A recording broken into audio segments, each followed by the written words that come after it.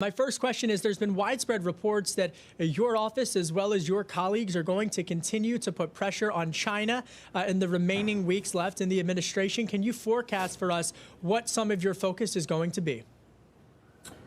Kevin, I can tell you what we've done. Just last week, we had an executive order signed by the president, which cut off investment in Chinese companies that build the weapons to kill Americans. As to what else might transpire over the next several weeks, that's up to the president to reveal. What I'd love to do for you, Kevin, is just to talk now a little bit about our bread and butter, which is the economy. And we had a bunch of things come out in terms of indicators today and over the last week. And for me, I think what's really important, and for the people of America, is to understand that we're moving towards what could be a precipice unless we get to a phase 4 deal. And if I may, let me just tell you the good, bad, and the ugly. I mean, if you look at the data, we had an incredible surge in consumption, 40% increase in the Q2,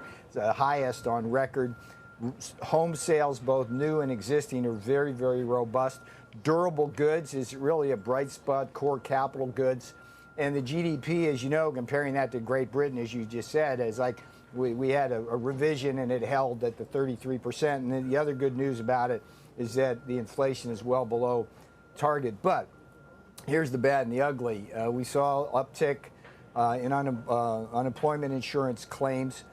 We saw personal income go down. Now, both of those two things are related to what I describe as a trajectory of money that's been injected through the stimulus and relief package. And clearly, we're well past that peak. We're moving down into a place where the PPP program and the unemployment compensation programs. Well, do you support Secretary Mnuchin's decision to try to put $426 billion back into a private account from the Federal Reserve? I mean, when so many states, as you know, are red states, blue states, are calling on there to be immediate assistance, why not just use the money that's already been allocated? That's for Secretary Mnuchin to have that conversation with you, Kevin. But what I will say that I think needs to be done is in the phase 4, you've got a number of core things in there. The PPP program, which was the small loan program, was tremendously successful in helping small businesses, and it needs a top up. The problem we have, Kevin, is we're losing these small businesses, and what we learned from the crash in 08 and 09, that once you lose them, it's hard to get them back. So we really need to do that. We also need to extend unemployment insurance compensation, because all of that, by the end of December, that's all gone in terms of the emergency, and people are hurting. That's going to hurt consumer spending and the like. So that's necessary. And then we had a really good stimulus with that $1,200 check per person that went out. And I think that would be what we need, is a bridge, a fiscal bridge, to the point where the vaccines kick in and we're able to get back to a semblance of a regular economy. Having said that, though, is we do have these structural adjustments that are going to have tremendous impacts that we're going to have to figure out how to wade through, and that's going to be difficult as well. And you mentioned those small businesses. I've heard from a lot of them, and they don't need more debt. Their balance sheets are full of debt. They need grants. Yep. How realistic is that? Taylor, the PPP was structured in a way that it was effectively a grant. They were forgivable loans, so if you got that money as a loan and you complied with the terms, which is to say that you kept people working, among other things, then that's forgiven. So there's really no difference. I think if you just give people money without those restrictions, I don't think you get to that same result. So some of the concerns, though, are that that's only if they keep people on their payroll. They don't need those workers anymore because there's no business. How do you give them grants even if they have to permanently let these people go because there is no money coming in? You raised the conundrum here, because, Taylor, what we see, and in your earlier segment, you were talking to somebody about how people are working remote, and when are they going to get back to full and all of that. I mean, we have profound structural adjustments that are primarily hitting our major metropolitan areas.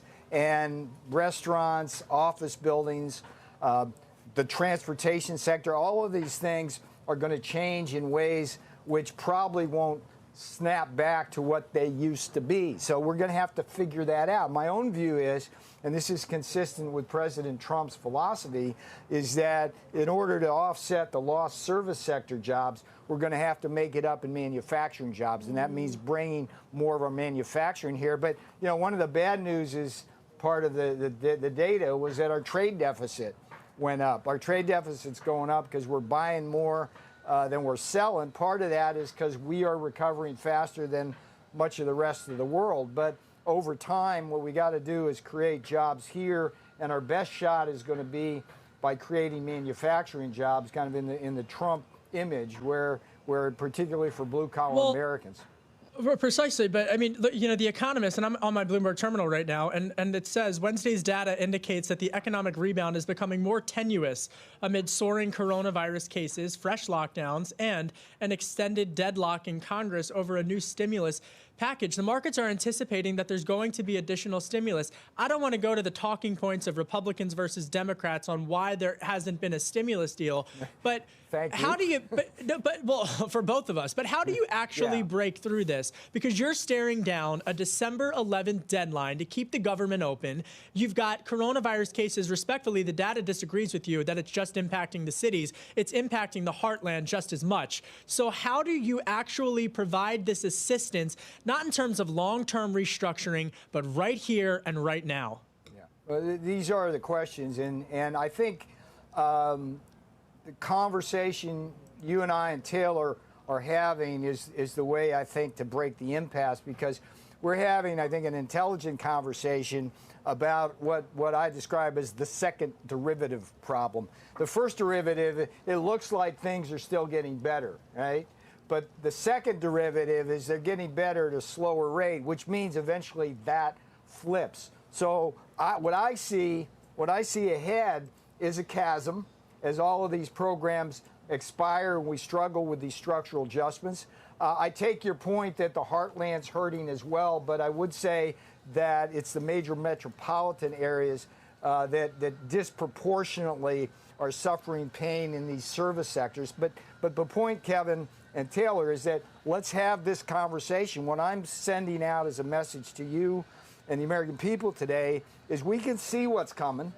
And if we can see what's coming and it's bad, we need to be able to avoid it. And the way to avoid it is basically hit those 3 points of the compass in a phase 4 deal, which was the PPP small business loans, a stimulus check, and more relief for unemployed workers. And if we don't do that, there's going to be a lot of pain in America, particularly. Look, and this is these lockdowns are a regressive tax, meaning that they hurt the people least able to afford it the most. These are the lower income service sector workers that have been kicked to the curb by the virus from China. And you know, we intelligently, now the election's over, we as a country have to look at the chessboard and figure this out. But having this conversation is an important conversation to have.